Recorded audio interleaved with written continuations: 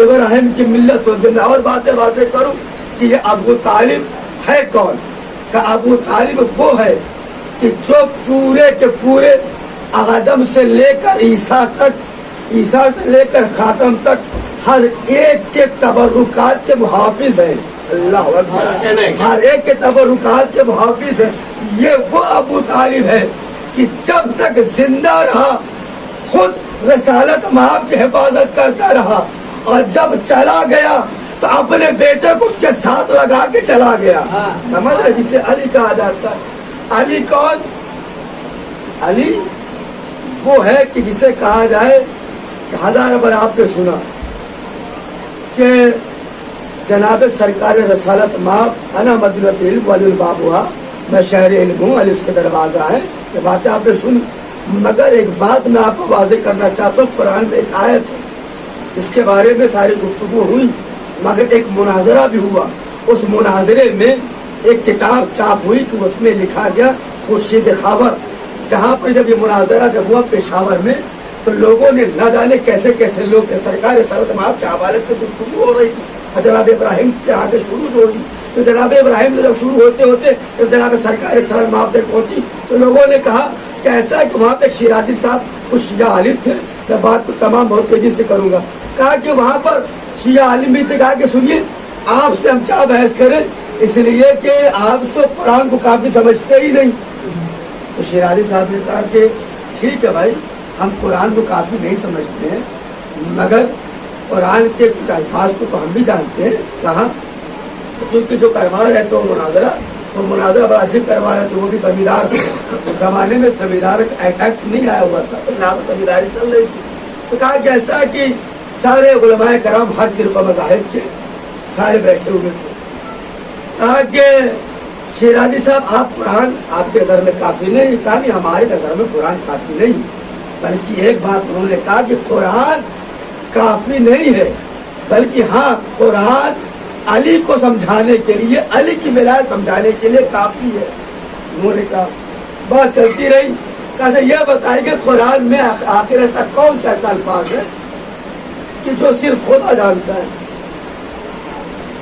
کہا کہ یہ حرف مقدس ہے، الف لام میم یاسین، سمجھ رہے ہیں آپ، قاف کاف ہا یا عین صاد.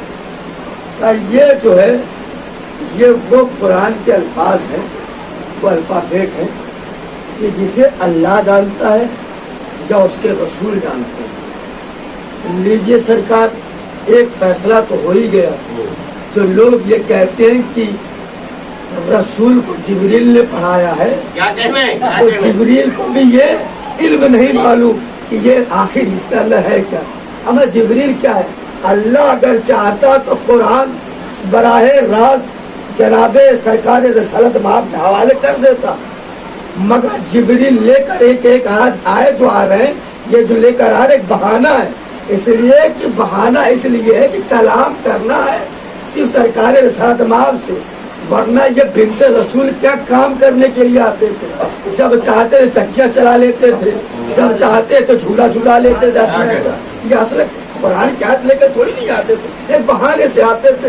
یہ بھی کام ہو جائے گا، ساتھ میں یہ بھی کام ہو جائے گا. تو جناب جبریل جو معتبر ہیں، جو اتنی عزت ہے اسی بنا پر ہے کہ اس گھرانے کی انہوں نے اس طریقے سے خدمت کی ہے کہ جبریل کو جبریل جس کی منزلت ملی ہے. بہرحال چلیے سارے مناظرے ہوتے رہے، پوری کتاب چاپ ہو گئی، مگر اس میں کہا کہ یہ یاسین ہے. یاسین میں آخر کیا ہے؟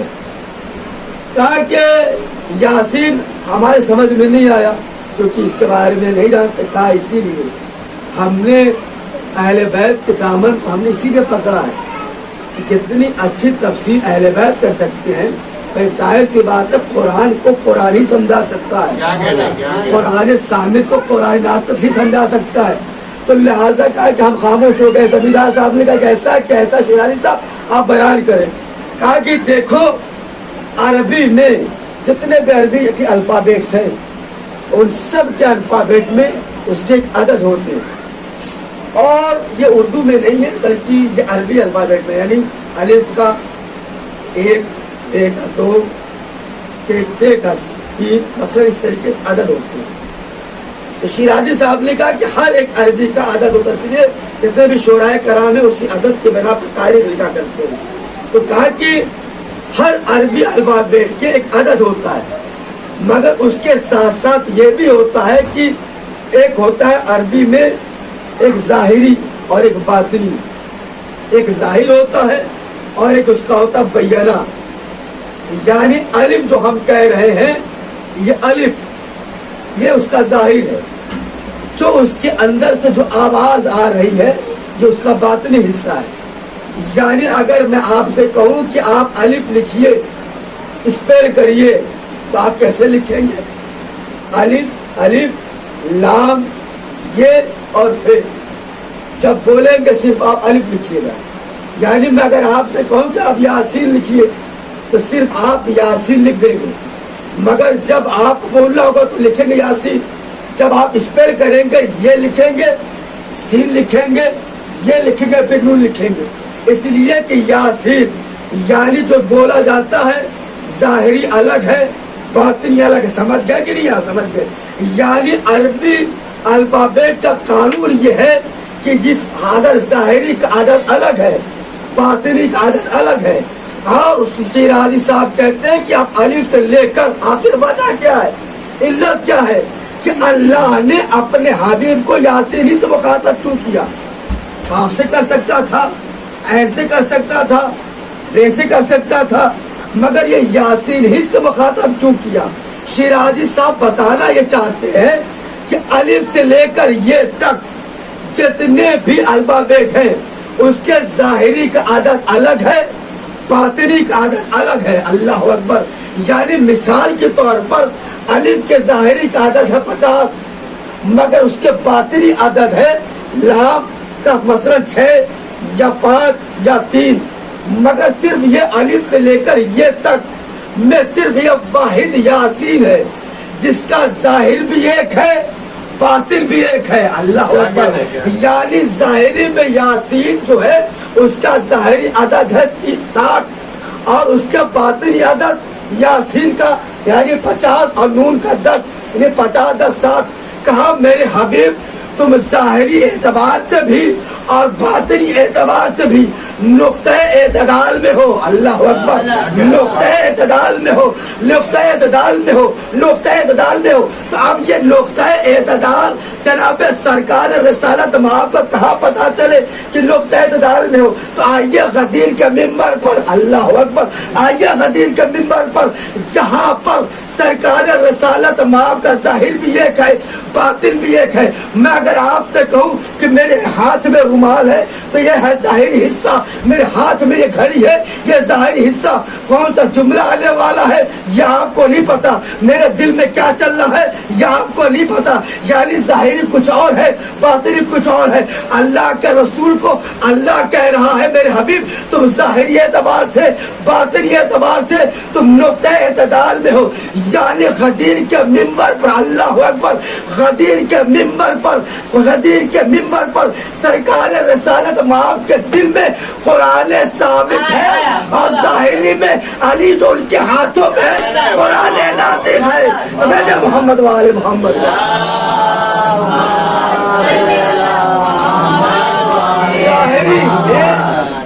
ظاہری میں قرآن ناطق اب باطنی میں قرآن صامت نقطہ اعتدال میں ہے. میرے حبیب تم نقطہ اعتدال میں یاسین کی کتاب ہے یہ.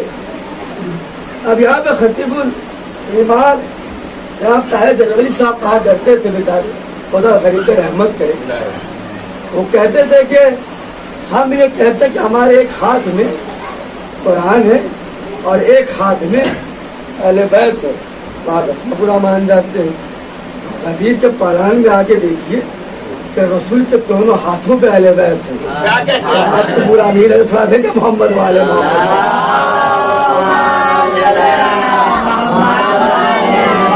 یہ ہے مولا کائنات، یہ ہے امیر کائنات جن کے لیے رسالت مآب سے بھی جبریل جب آیا غدیر میں تو پورا افسران کے لباس پہن کر ہر جگہ مخاطب ہو رہا ہے.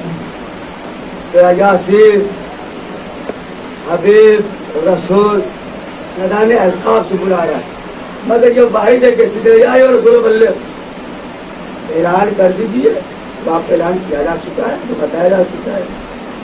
آخر وجہ کیا ہے؟ کہا کہ آج علی کے معاملے میں قدرت بڑی جلال میں ہے، اگر آج علی کی ولایت نہ ظاہر ہوئی اور نہ بتائی گئی تو ساری کی ساری محنتیں برباد ہو جائیں گی۔ کتنی اہم ہے یہ علی کی ولایت۔